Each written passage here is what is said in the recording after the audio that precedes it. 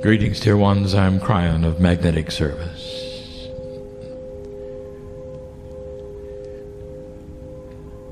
There should be no reason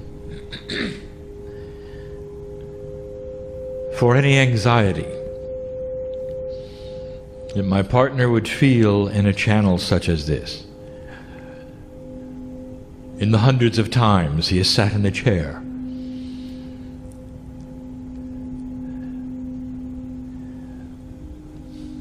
and through the portal which is his higher self comes in clean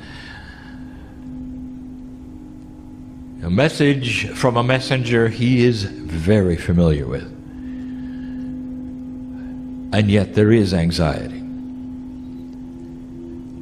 And there always is when he is in the shadow of the mountain of Lemuria.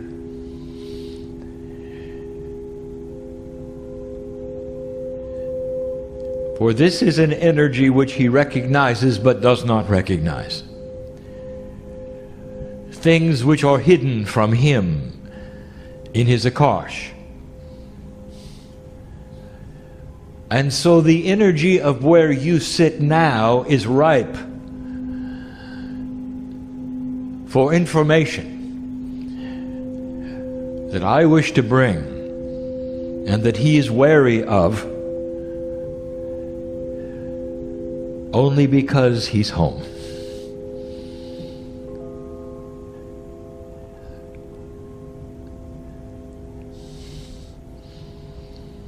For the listener, we tell where we are sitting, so that the listener will understand and know who is not here in your time frame. First of all, you were upon the water.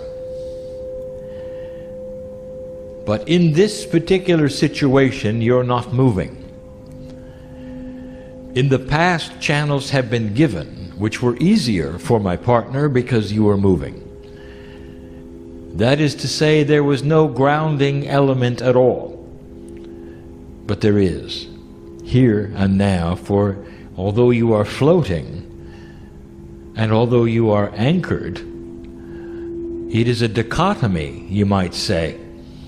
Are you grounded or are you not grounded?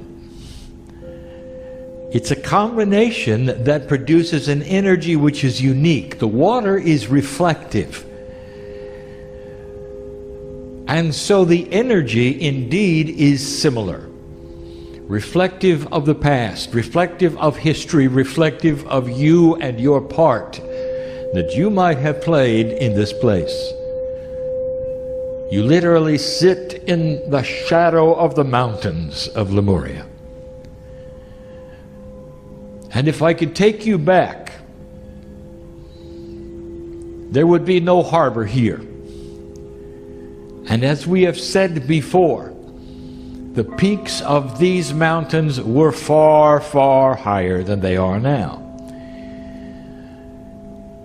For a geological anomaly in a hot spot took place where there was a bulge in the crust of the earth that pushed this mountain higher.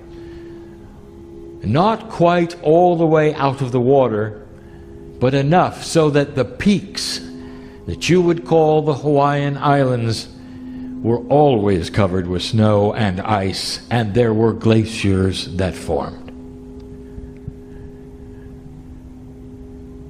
And yet the peaks were where the work was done that was sacred. And it gives an entire different feeling to the paradise of the tropics that you experience now, because it was cold. And now my partner gets information about himself that he does not know. Perhaps that is why he is apprehensive. My partner does not like the cold to this day. He has selected those areas of his life, literally for hundreds of lifetimes, that would never again put him in a situation where he had frozen winters. And he knows the lifetimes that have been showed by the readers of where he's been and what he has done. Even to the next lifetime of where he's going, and none of them have winters because of what happened here. For my partner, the one who sits in the chair, the human being, who is the Lemurian who you are looking at and knows he is, was a messenger. And the job of the messenger in Lemuria was to run up and down these hills, from those areas which were not cold to the areas which were, carrying the messages of those who needed to communicate, for there was no other way. And so he was constantly cold. There are places that he has not visited on this island for that very reason. And he will not trod for that very reason. The pathways bring up too much of a memory for him of being uncomfortable. And it carries through his Akash from the time he was Lemurian to this day. Now that explains some things to him personally, not to you. These are the times in this energy which I wish to reveal things about the earth, about Lemuria, about how things transpired. And each year that goes by seems to clear the communication, allowing for something to be given that is more succinct for you. So you will have a better understanding of the plan that took place on this planet and when it occurred. A plan that actually then graduated and started something in this very place that was different from any other place on the planet. The plan may have been planetary wide, but here it was sequestered and grew at a rate and created a civilization, literally,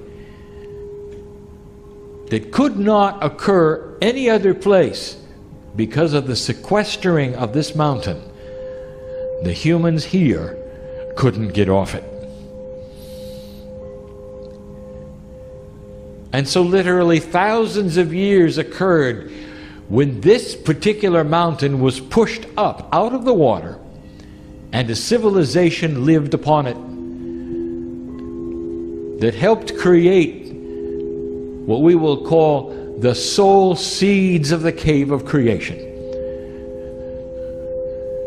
There are a lot of Lemurians awakening as old souls on this planet who had a turn taken on this mountain. And the ones that sit in the chairs today are among them, all.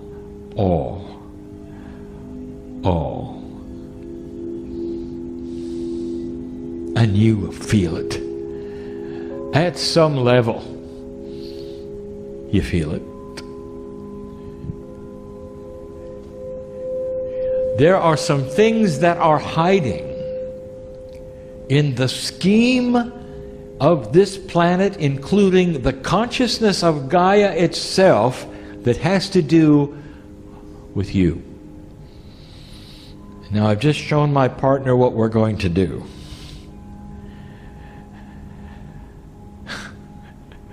And now he's even more anxious. For when we get into the history and the dates and the concepts that he has not seen before, he gets nervous. He wants it to be correct, accurate, true. And so I say to him, just stay clear.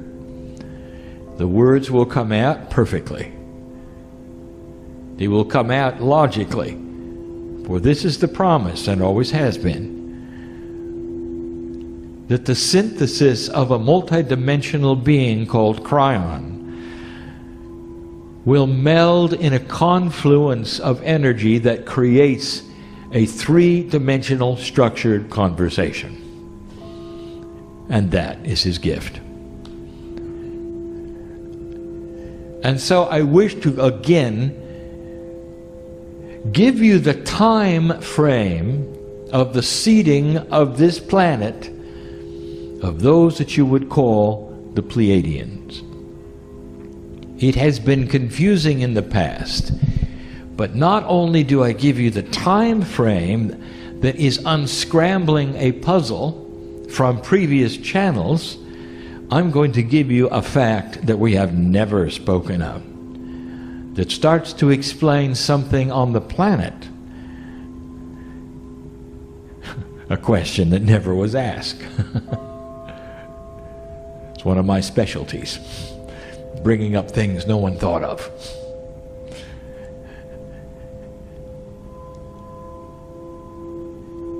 We have said recently that 200,000 years ago was the approximate time frame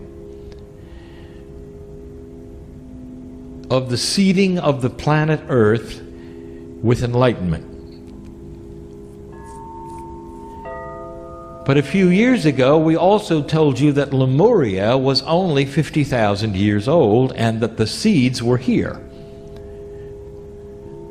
We've also given you information about what happened 100,000 years ago. Actually, it was more like 90,000. These things would seem contradictory to each other if you felt that the descriptions were the same attribute, and they're not. So we start slowly, and we do it this way. When the Pleiadians first came, humanity was a group. Like all the other evolution on the planet, the mammal called human being had many variety. Up to 26 kinds, reduced to 17 before we got here. And that was the puzzle. For in the seeding of the planet 200,000 years ago, with the DNA that was different, things had to change. Because you had to end up with one kind of human being, the kind you have today. That kind has no variety like the other mammals. So you are unique in an evolutionary way to everything you see around you.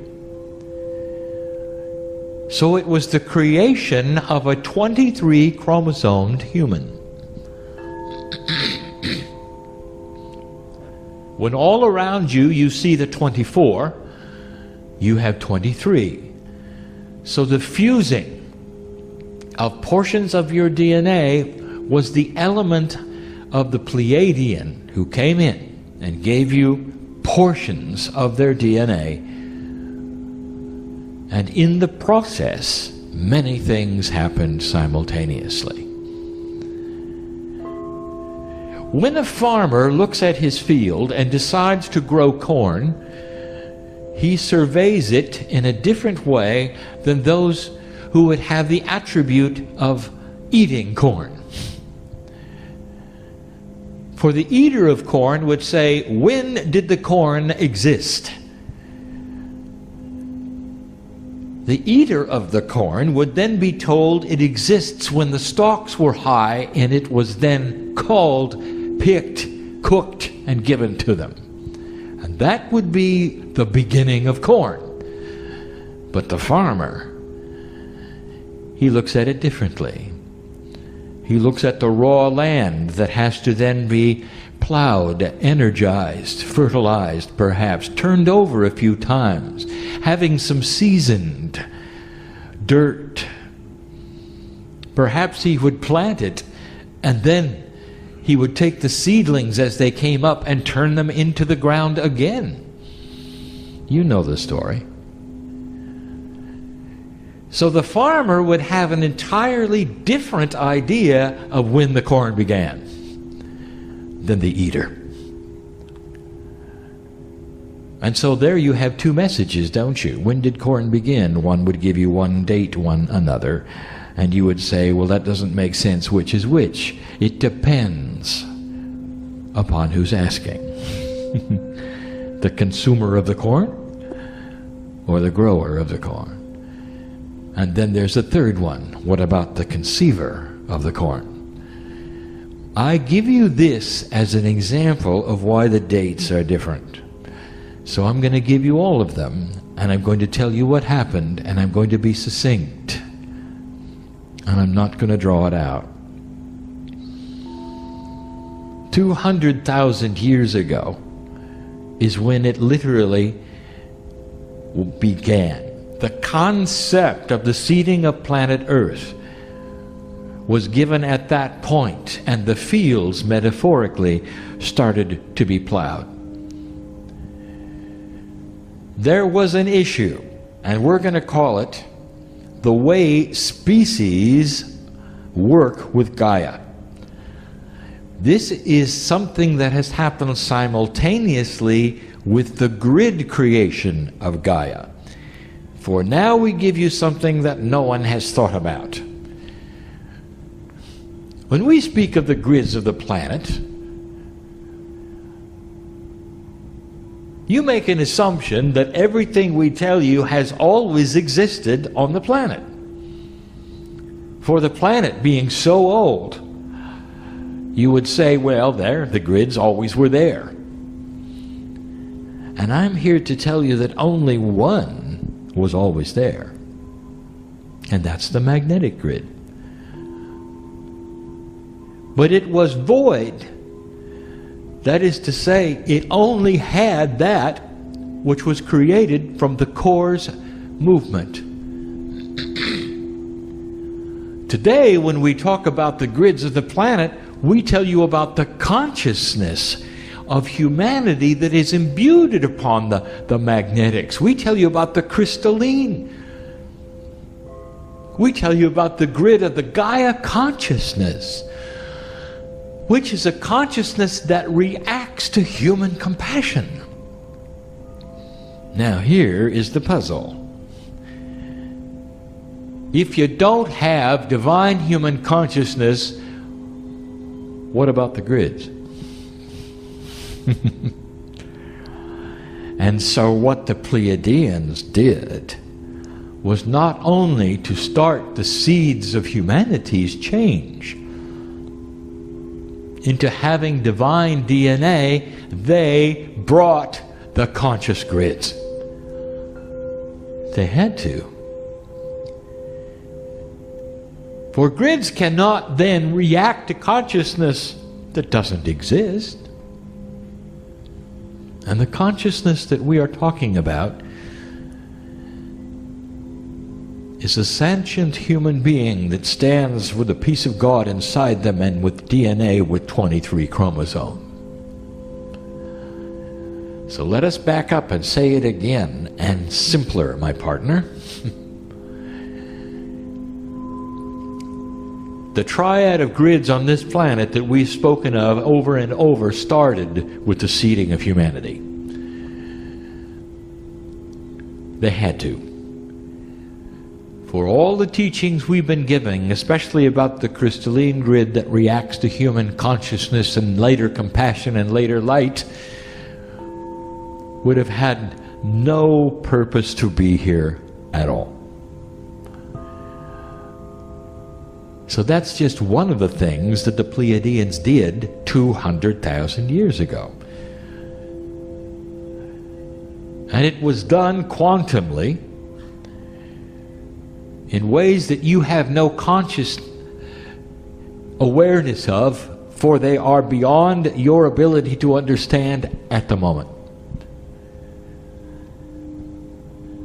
But the result was Gaia. So you might say Gaia actually was created also quantumly from the seven sisters. Now the Gaia that existed before then was still Gaia, but not as it is now.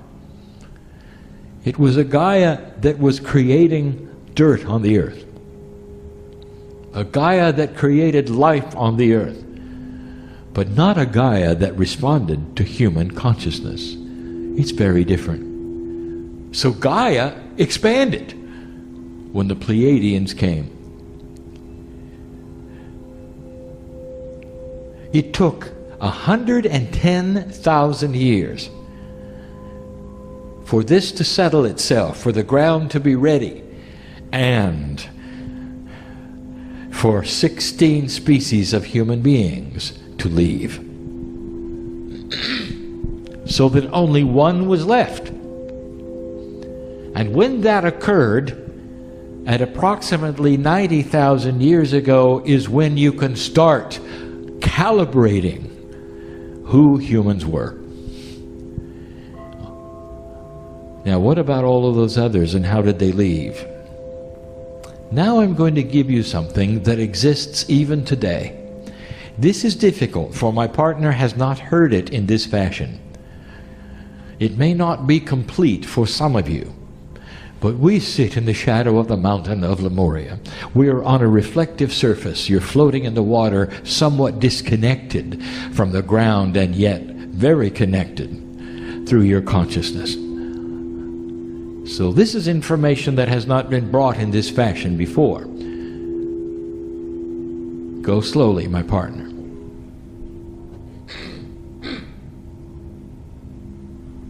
The variety of species comes and goes accordingly as they are needed for the energy they create on the planet. And so it is one of the tasks of Gaia to create and eliminate species. When they are no longer needed for the purpose of Gaia, its development in whatever attribute, they cease to exist and they die out. If new life is necessary, if new concepts of life are necessary, Gaia is cooperative and they are created. The actual creation of species is something that environmentalists have not yet seen. That is to say, the mechanics of how it works. And it will surprise them. But you have already seen the mechanics of some of them that do not exist and die out. Now, human beings, they come along and see this and they want to save them all.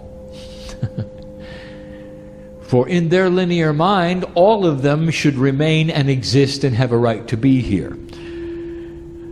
The attribute of Gaia, however, is eliminating them to bring in new ones. I just gave you the mechanics of the reasons species come and go, and the variety of species come and go. And when the Pleiadians started to change the grids of the planet and Gaia saw the attitude of what was to come,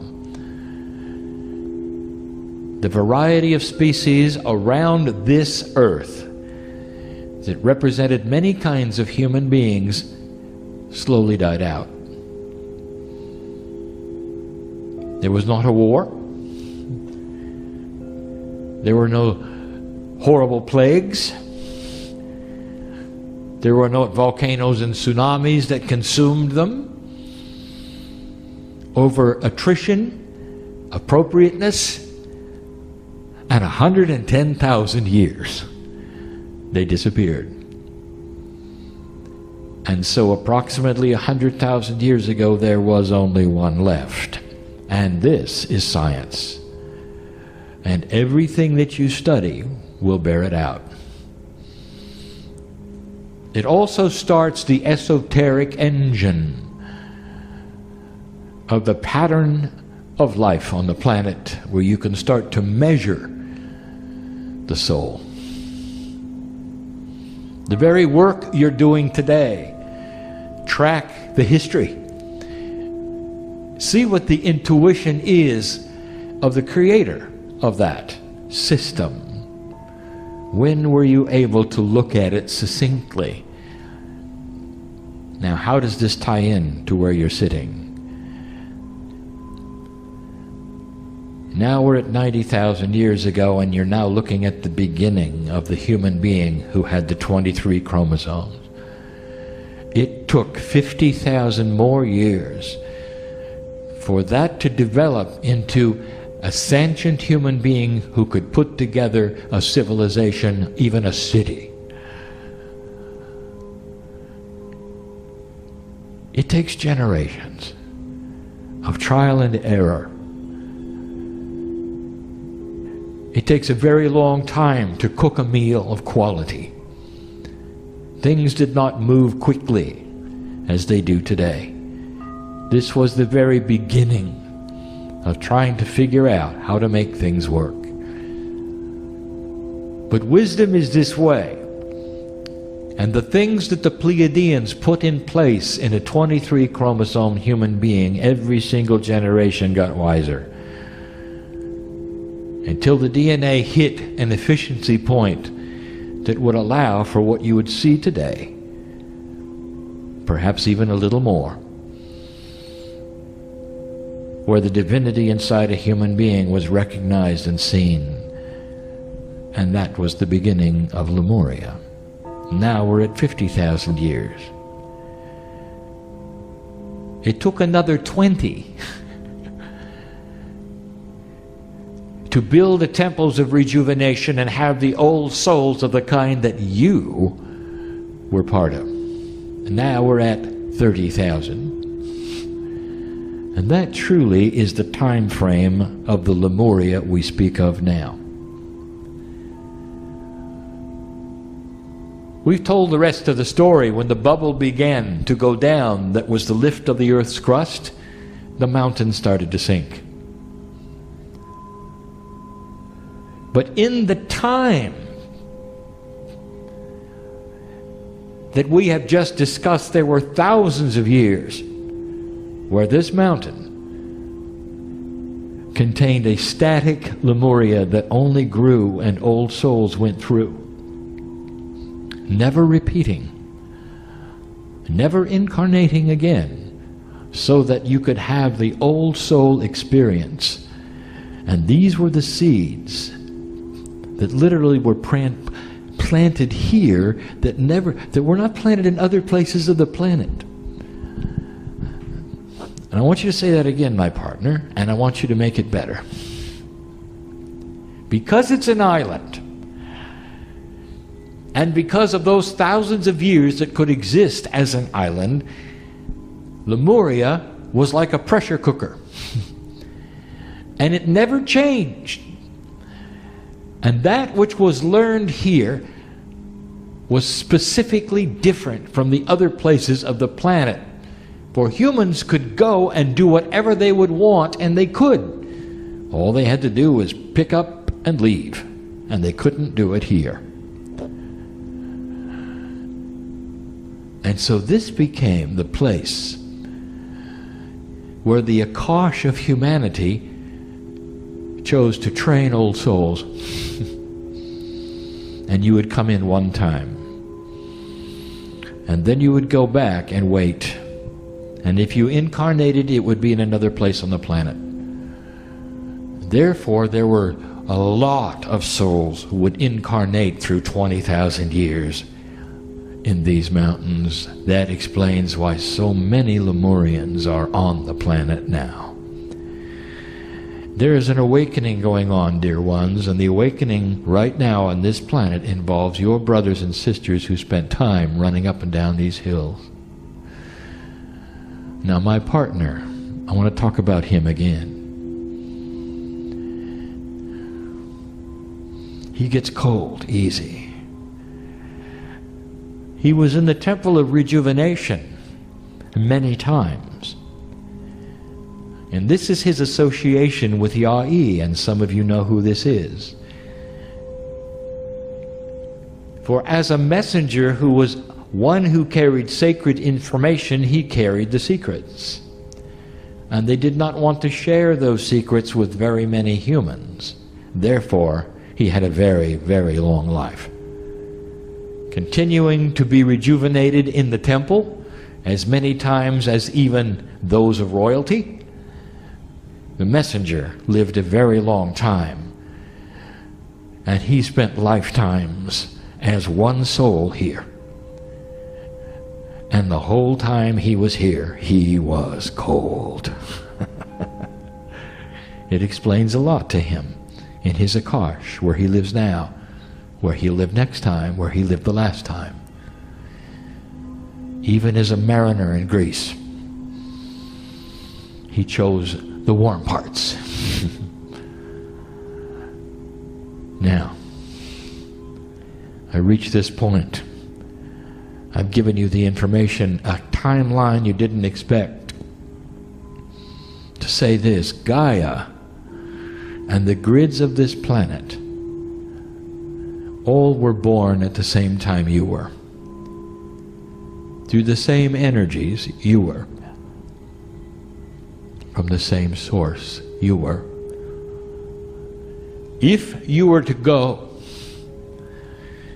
to a planet that exists without a name yet, in the constellation of what you would call the Seven Sisters, a constellation which to this day is celebrated on this island.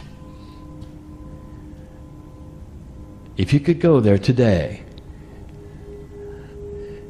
and talk to them, they have a name for an energy of the dirt of the earth. It's not Gaia, but it's close. They have a crystalline grid. They have a magnetic grid. They have a Gaia-like grid. All that they had was transported here. The very grids of this planet, the ones that we are calling the conscious grids, are also Pleiadian. And that is news you didn't expect. Given in an energy that can only be given as we sit here in the shadow of the mountain that used to be cold. And that's enough for today. But it's your history, Lemurian. It's your history. So here's the invitation for those who sit in front of me. You're going to set foot in the dirt of some of these islands, which is really one mountain. And when you do, you have the privilege of it being warm. So you can look around and feel it.